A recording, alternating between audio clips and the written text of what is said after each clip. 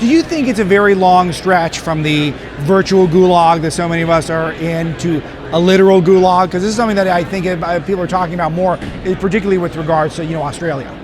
Well, I think it's interesting because we live in such a society now where the idea of, so what the CCP does with a lot of their higher leaders, like people who got involved with Tiananmen Square, or a lot of the times they're called petitioners. They'll go from the provinces and they'll go to Beijing because they want to petition. And this is actually an ancient practice of the Laobaixing in China, where petition the emperor, go to there's this whole thing, or the mountains are high and the emperor is far away, but you cross the mountain and see the emperor.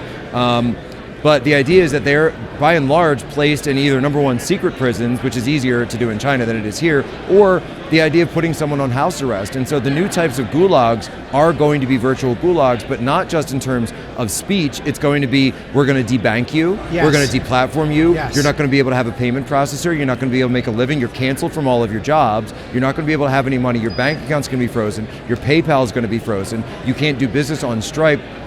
You've got a guy now, Dominic Black, he was the guy that bought the gun that Kyle Rittenhouse used. You remember in the story? Well, they've raised money for his defense, I believe about $100,000. Stripe, and the last I talked, maybe this got cleared up, but the last I talked to him, Stripe was not allowing the $100,000 that they raised online to be given for a legal defense, for a basic, not taking one side or the other, but the idea that we used to think in this country that everyone ought to be afforded a legal defense. Yes, of course. And they will not put that money over. Meanwhile, you've got violent criminals, getting out on the streets of Waukesha for $1,000 bail. Yes, I know, and Amazon backing Black Lives Matter with their donations. Right. I mean, Kamala Harris encouraging all these people to donate these bail funds to bail out criminals or violent criminals. This is something where society is getting bifurcated.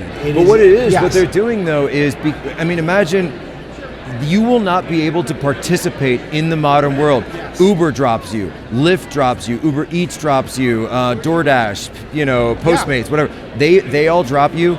You are isolated. You are essentially at that point in a virtual gulag, and particularly if you live in a city or an urban area, you cannot live without these services now. Sure.